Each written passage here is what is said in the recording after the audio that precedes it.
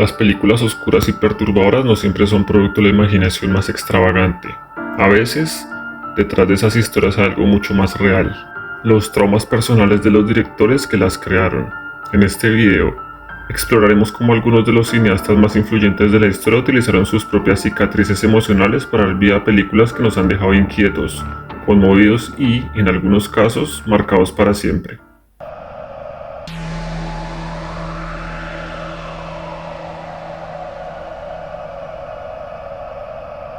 Wes Craven fue un influyente director, guionista y productor estadounidense, conocido principalmente por su trabajo en el género del terror.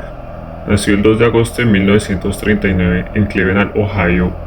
Craven se destacó por su habilidad para crear historias que exploraban los miedos y traumas humanos. A lo largo de su carrera, Craven abordó temas complejos como la violencia, la sexualidad y la identidad, lo que le permitió conectar con audiencias de diversas generaciones. Además de sus obras en el cine, también trabajó en televisión y fue un defensor de los derechos de los cineastas. Wes Craven creció en un hogar muy estricto, profundamente religioso y conservador. Era el mayor de los 3 hijos de una familia bautista, lo que significaba que estuvo expuesto a normas rígidas y limitaciones en cuanto a la libertad personal y expresión artística. Esta atmósfera de represión lo llevó a sentirse aislado y diferente de sus compañeros. Una de las experiencias que más impactó a Craven fue la constante censura a la que estuvo sometido durante su infancia.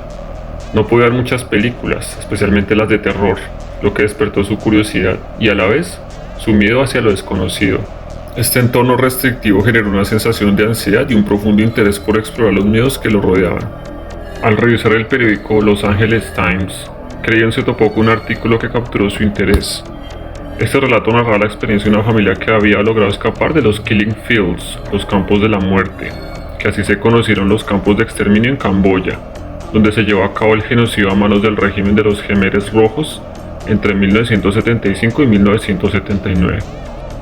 La familia mencionada en el artículo logró huir a tiempo y se estableció en Estados Unidos con la esperanza de dejar atrás el trauma y comenzar una nueva vida. Todo iba bien con ellos, hasta que de repente el hijo comenzó a tener pesadillas perturbadoras. Le compartió Craven a la revista Vulture sobre el caso real que tanto lo había choqueado. Era el hijo más pequeño, sumó. Les contaba a sus padres que tenía miedo de dormirse porque, si lo hacía, aquello que lo estaba persiguiendo lo iba a terminar atrapando. Un día se durmió y sus padres pensaron que la pesadilla había terminado, recordó Craven, sin mencionar la identidad del individuo. Todo parecía estar mejor en la vida del joven hasta que sus padres fueron despertados una noche con unos gritos desgarradores. Para el momento en que fueron a la habitación a verlo, ya estaba muerto, contó un conmocionado Craven. Era un chico que estaba teniendo una visión horrorosa que todo su entorno adulto estaba negando. Eso fue lo que originó la premisa de pesadilla, reveló Craven.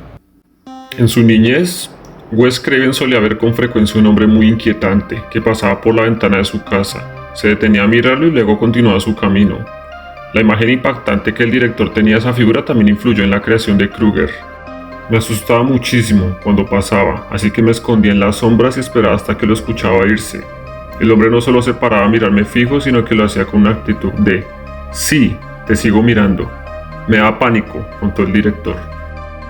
La calle que frecuenta Frey, Elm Street, toma su nombre de una de las arterias que desembocan en la plaza Dealey de Dallas, donde fue tiroteado John F. Kennedy en 1963. Wes Craven afirmó en una entrevista con Rolling Stone que el asesinato del presidente marcó el instante en que el mundo perdió su pureza. De manera similar, Frey simboliza esta pérdida de inocencia para Nancy. Craven exploró el miedo humano en sus películas, reflejando su propia vulnerabilidad. En Pesadilla en la calle Elm, Freddy Krueger representa el miedo a lo desconocido y la incapacidad de escapar de la realidad. Este tema de vulnerabilidad se puede relacionar con las experiencias de Craven en su infancia, donde se sintió limitado y restringido por las normas familiares. La estricta crianza religiosa de Craven influyó en su visión del mundo. En muchas de sus obras, se exploran las consecuencias de la represión, tanto emocional como sexual. Freddy, al ser un asesino que se alimenta de los miedos de sus víctimas, puede interpretarse como una representación de los traumas reprimidos que, una vez enfrentados, pueden tener consecuencias devastadoras. La fascinación de Craven por los sueños y el subconsciente, en parte influenciada por sus propias experiencias, se manifiesta en su uso de elementos surrealistas y oníricos. En Pesadilla en la calle Elm, el sueño se convierte en un campo de batalla, simbolizando la lucha entre la realidad y los miedos internos. Este enfoque refleja su interés por la psicología y cómo los traumas pueden manifestarse en el mundo onírico. Craven no solo creó villanos aterradores, sino que también exploró sus motivaciones y traumas. Freddy Krueger, por ejemplo, es un personaje que, a pesar de ser un asesino, está marcado por un pasado de sufrimiento y venganza.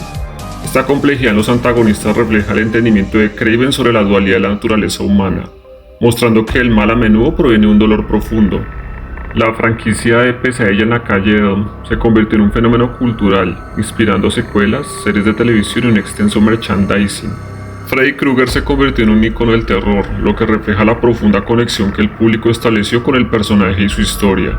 La recepción popular fue, en general, muy positiva con la película original, recibiendo elogios tanto de críticos como de espectadores. A lo largo de su carrera, la percepción crítica de Craven evolucionó. Inicialmente, algunas de sus obras fueron vistas como simples películas de terror, pero con el tiempo se reconoció su profundidad temática y su habilidad para abordar problemas sociales. Hoy en día, se le considera un pionero que influenció generaciones de cineastas y estableció un nuevo lenguaje visual en el terror. Wes Craven utilizó su comprensión del miedo y la vulnerabilidad para criticar las normas sociales y explorar cómo el trauma afecta a la psique humana. Además, su capacidad para desafiar las convenciones del género de terror es una respuesta a las restricciones que experimentó en su vida, lo que le permitió innovar y abrir nuevos caminos narrativos. En conjunto, su legado es un testimonio de cómo el arte puede surgir de la adversidad, dejando una huella duradera en el cine y en la cultura popular.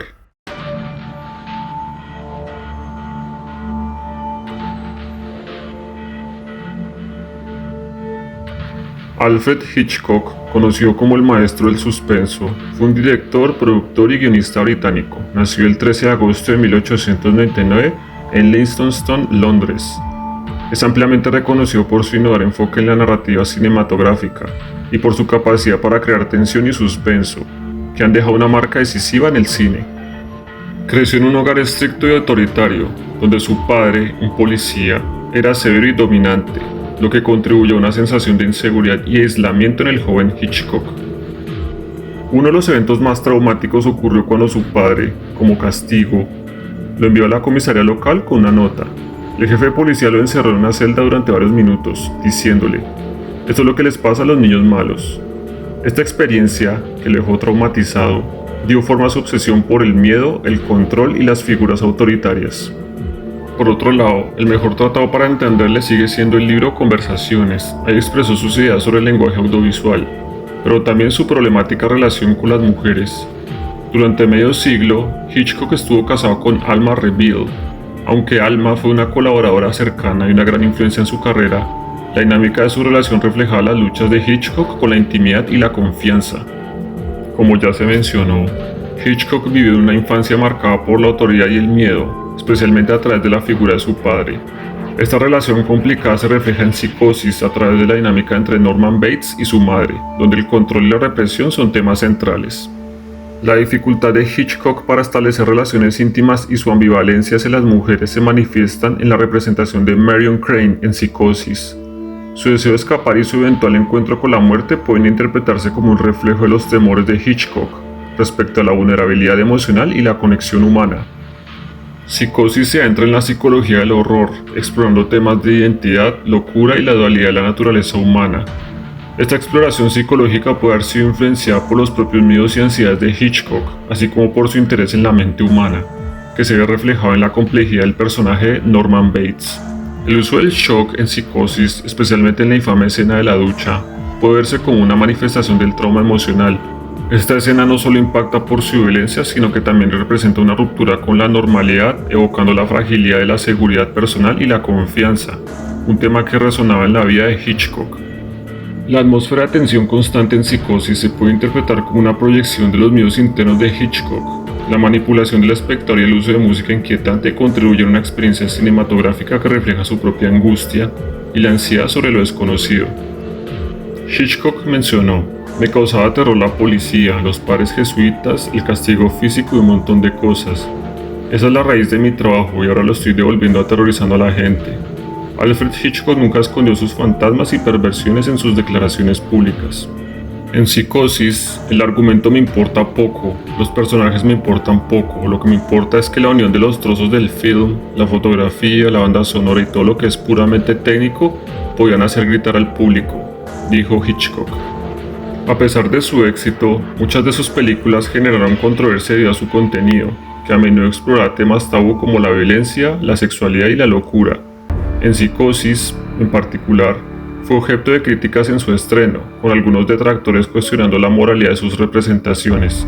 Sin embargo, a medida que el tiempo pasó, estas películas comenzaron a ser valoradas por su audacia y su capacidad para abordar temas complejos. Cuando Psicosis se estrenó en el Reino Unido, fue clasificada como una película X, es decir, solo apta para adultos.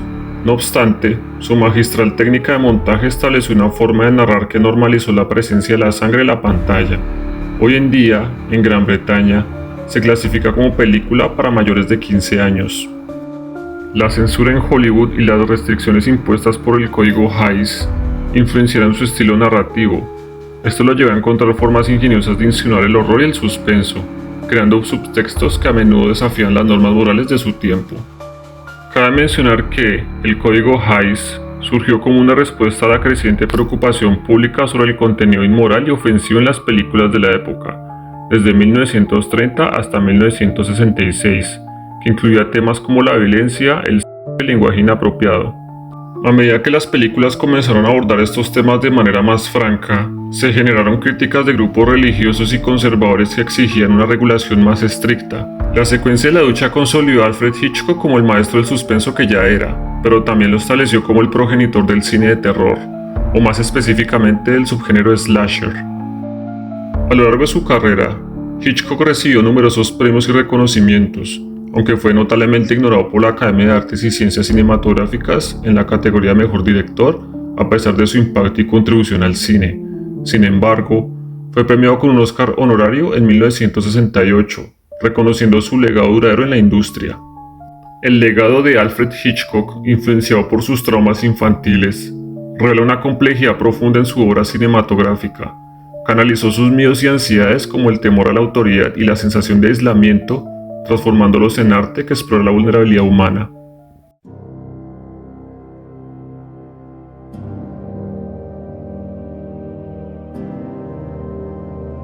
Guillermo del Toro es un aclamado director, productor y guionista mexicano, conocido por su singular enfoque en la narrativa visual y su habilidad para combinar elementos de fantasía, horror y realismo. Nacido el 9 de octubre de 1964 en Guadalajara, México, Del Toro mostró un interés temprano por el cine y el arte. Del Toro creció en una familia muy religiosa y fue educado en una escuela católica. Desde temprana edad tuvo una relación compleja con la religión, lo que despertó en él una profunda curiosidad por los temas sobrenaturales y oscuros.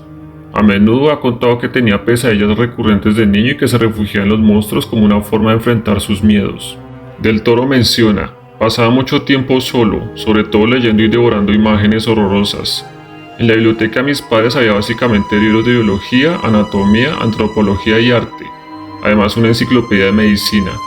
Del Toro ha escrito cómo la violencia y la corrupción en México durante su juventud lo marcaron profundamente. Este trasfondo se refleja en muchas de sus obras, especialmente en las que abordan temas de guerra, opresión y pérdida de la inocencia. La violencia en su país natal también lo impactó a nivel personal. En 1997, su padre fue secuestrado en Guadalajara. Del Toro tuvo que pagar un enorme rescate para asegurar su liberación, un evento traumático que lo llevó a mudarse a Estados Unidos. Esta experiencia intensificó su visión del mundo como un lugar peligroso, y muchos de sus personajes, especialmente los jóvenes o vulnerables, deben navegar por mundos llenos de violencia y peligro. Del Toro también ha mencionado que su abuelo había luchado en la Revolución Mexicana, y esto lo expuso desde joven a las historias de guerra, violencia y supervivencia, temas que se repiten en su filmografía. La abuela de Guillermo del Toro fue una influencia importante en su vida. Ella era extremadamente religiosa y su relación fue complicada. Según Del Toro, ella intentó exorcizarlo varias veces cuando era niño debido a su fascinación con los monstruos y lo oscuro. En una entrevista comentó: de niño, en Guadalajara, me llevaban a ver a un Cristo en la iglesia con una fractura ósea expuesta, un poco verde y morada. Así se fueron arraigando las criaturas extrañas en su cabeza. Mi santa trinidad eran Frankenstein, la criatura de la Laguna Negra y el hombre lobo. Fui educado en una versión muy cruda y oscura del catolicismo de la mano de mi abuela, que me solía decir que tenía que pagar por todos sus pecados, de lo contrario sería envuelto en llamas, recordó. La muerte es un tema recurrente en la obra de Guillermo del Toro. Él ha mencionado que en su cultura mexicana, la muerte se enfrenta de manera más abierta y directa que en otras partes del mundo. Este enfoque lo influyó para tratar la muerte en sus películas con una mezcla de temor y respeto, y muchas veces dándole un sentido de inevitabilidad y belleza. En muchas de sus películas, los monstruos no son villanos sino seres incomprendidos o víctimas de su entorno. Del Toro, desde niño, no los veía como seres temibles, sino como figuras trágicas que representaban su propio miedo al mundo. Esto es evidente en películas como La forma del agua, donde la criatura anfibia es el protagonista positivo, y en El laberinto del fauno, donde los verdaderos monstruos son los humanos, mientras que las criaturas fantásticas actúan como guías para la protagonista. El laberinto del fauno ocurre en contexto de guerra y opresión, la Guerra Civil Española, y muestra cómo los personajes más jóvenes o vulnerables, niños en ambos casos, deben lidiar con el trauma del conflicto bélico. Del Toro usa la guerra como un escenario para explorar el impacto psicológico de la violencia, el miedo y la resistencia frente a un mundo destructivo. La muerte de Ofelia se presenta como una puerta hacia otro mundo. Su sacrificio al final, que lo lleva a un reino fantástico, es un recordatorio de cómo Del Toro combina lo trágico y lo bello, mostrando que la muerte es tanto un final como un nuevo comienzo, ligado a la pérdida de la inocencia y la posibilidad de redención. Del Toro ha hablado en varias ocasiones sobre cómo sus experiencias tempranas y miedos lo llevaron a explorar el mundo de los monstruos y el horror, y cómo encontró en Lovecraft una resonancia con sus propias sensaciones de terror e impotencia. Guillermo del Toro en sus películas a menudo refleja esta sensación de vulnerabilidad frente a lo desconocido, como El espinazo del diablo o El laberinto del fauno, donde los personajes se enfrentan a horrores tanto sobrenaturales como humanos que escapan a su control. Para Del Toro, el arte, especialmente el cine, fue una vía para canalizar sus miedos y traumas infantiles, algo que también resuena en la obra de Lovecraft. En Gabinete de Curiosidades, Del Toro explora el concepto de coleccionar lo extraño y lo macabro, una idea que refleja su obsesión de Lovecraft por lo arcano y lo prohibido. La crítica ha elogiado de manera consistente el estilo visual único de Guillermo del Toro. Sus películas son conocidas por sus elaborados diseños de producción que mezclan lo macabro y lo hermoso. Desde El espinazo del diablo hasta La forma del agua, la crítica ha destacado su capacidad para crear universos ricos y detallados que reflejan tanto lo sobrenatural como los traumas humanos. Los críticos también han señalado la clara influencia de Lovecraft en su obra, aunque no ha adaptado directamente una obra de Lovecraft, como La cancelada en las montañas de la locura. Muchos críticos han comentado cómo el horror cósmico y la exploración de lo desconocido e incomprensible son temas recurrentes en sus películas. El laberinto del fauno es considerado una de sus obras maestras. Fue un gran éxito tanto entre la crítica como en los premios internacionales. Ganó 3 premios Oscar y fue nominada a varios otros, incluida Mejor Película Extranjera y Mejor Guión Original. El legado de Guillermo del Toro se manifiesta en su capacidad para transformar el cine de género en un medio de expresión artística profundo y significativo. Su enfoque distintivo en la humanización de los monstruos ha redefinido las narrativas de horror y la fantasía, mostrando que las criaturas más aterradoras pueden ser portadoras de emociones complejas y traumas humanos. Del Toro ha elevado el cine de fantasía y terror, ganando reconocimiento en festivales de prestigio y logrando el Oscar a Mejor Película por La forma del agua, lo que ha valido estas categorías como arte serio. La influencia de Guillermo del Toro va más allá del cine, abarcando múltiples ámbitos. Además de su impacto en la industria cinematográfica, Del Toro ha sido aclamado por su dedicación a obras benéficas y su respaldo al deporte mexicano. Ha estado involucrado en iniciativas para apoyar a comunidades necesitadas, financiando programas educativos y promoviendo la cultura mexicana a través de diversas plataformas. El legado de Guillermo del Toro es un testimonio del poder del arte para sanar y transformar el dolor personal en una narrativa universal. Su habilidad para explorar la vulnerabilidad, la empatía y la belleza de lo grotesco no solo ha redefinido el cine de género, sino que también ha creado un espacio en el que las experiencias personales y colectivas pueden ser narradas con autenticidad y profundidad. Como él mismo ha manifestado, de las cicatrices, del dolor y del trauma viene el oxígeno. Creo que parte de nuestra belleza es la cicatriz.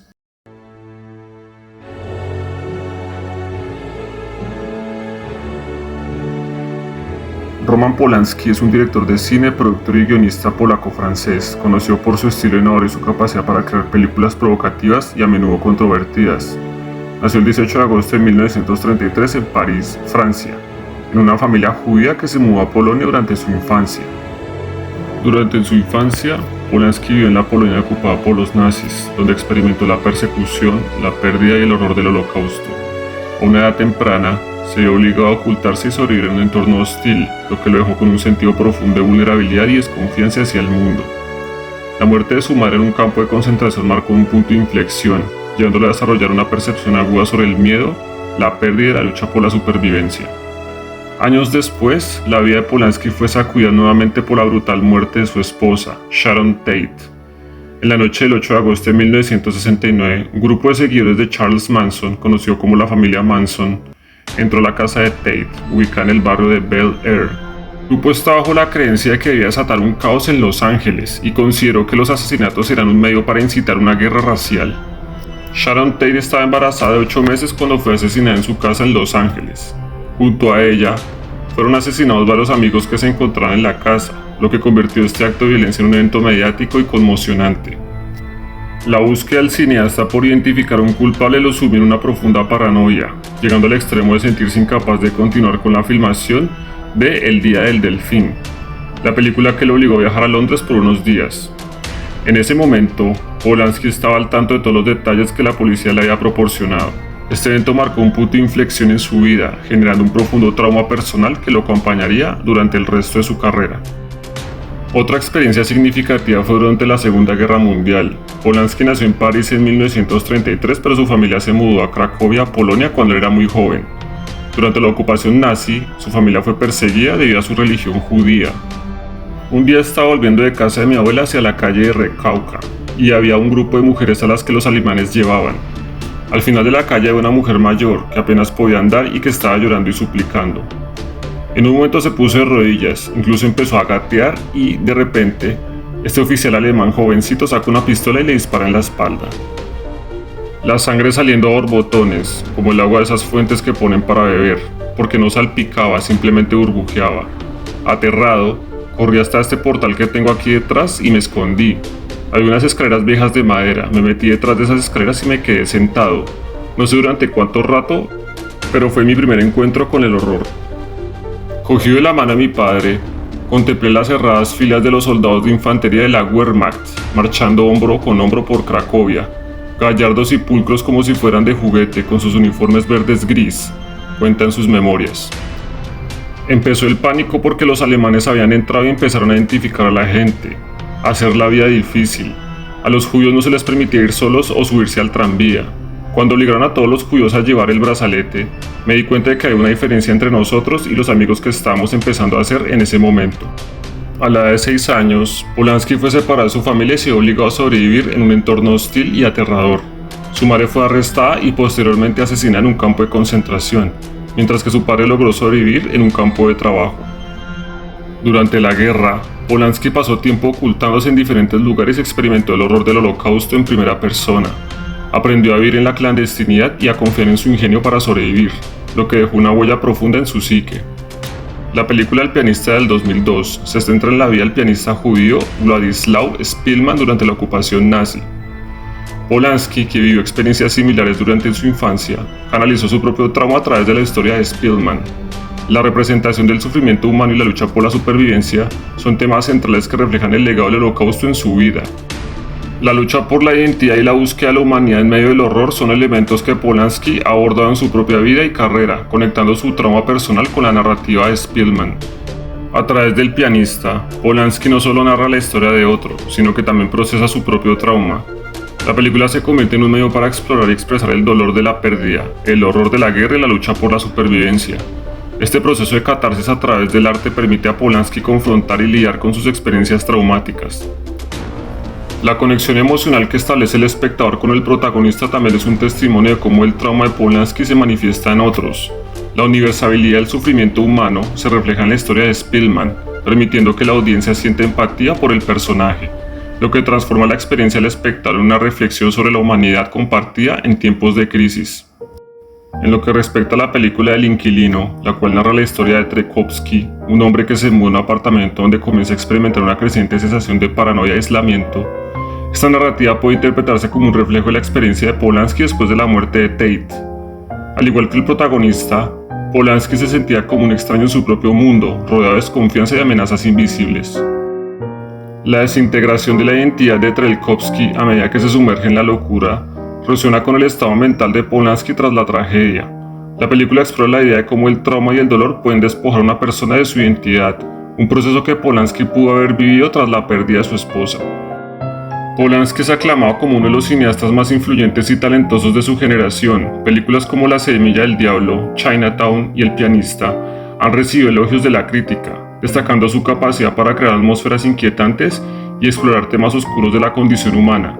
El Pianista, en particular, fue aclamado por su tratamiento conmovedor del Holocausto y le valió varios premios, incluido 3 Oscar. Las controversias en la vida personal de Polanski, incluyendo su condena por abusos menores en 1977 y su posterior fuga a Estados Unidos, han polarizado la opinión pública y a la crítica. Algunos críticos han argumentado que su comportamiento cuestiona la validez de su obra, mientras que otros sostienen que su talento artístico debe ser evaluado independientemente de su vida personal. Los críticos han observado que las experiencias traumáticas de Polanski, incluyendo la muerte de Sharon Tate, influyen notablemente en su obra. La representación del trauma, la pérdida y la vulnerabilidad son temas recurrentes que resonan en muchas de sus películas, lo que añade una capa de complejidad a su narrativa. La figura de Polanski genera un debate complicado acerca de la distinción entre el artista y su creación. Algunos sostienen que su habilidad es indiscutible y que sus filmes deben ser valorados por su calidad artística. Sin embargo, otros argumentan que las acciones de Polanski son inaceptables y que su obra debe ser objeto de boicot. Este diálogo continúa vigente y no existe una respuesta sencilla. Roman Polanski es un cineasta excepcional y polémico. Su trayectoria está marcada por la tragedia, la controversia y la búsqueda de la redención. El escándalo de 1977 ha ensombrecido su legado, pero su destreza como director sigue siendo indiscutible. La discusión sobre la distinción entre el artista y su obra permanece vigente y carece de una respuesta clara. La historia de Polanski pone en relieve la complejidad de la justicia, la dificultad del perdón y la urgencia de un cambio cultural en la industria cinematográfica. Al explorar las vidas de estos directores y los traumas que han enfrentado, es evidente que el cine se convierte en un poderoso medio de expresión personal. Cada uno de ellos ha tomado sus experiencias más dolorosas y las ha transformado en arte, creando obras que resuenan profundamente con el público. El trauma, lejos de ser un obstáculo, ha sido un catalizador para su crecimiento personal y profesional. Estos cineastas no solo enfrentaron sus demonios internos, sino que también nos invitan a reflexionar sobre nuestras propias luchas. A través de su lente, hemos sido testigos de la complejidad de la condición humana, donde el dolor y la belleza coexisten en un delicado equilibrio. Así que, la próxima vez que veas una película de estos directores, recuerda que detrás de cada escena inquietante y cada historia oscura hay un viaje de lucha, crecimiento y, sobre todo, la búsqueda de sentido en un mundo que a menudo parece caótico e incomprensible.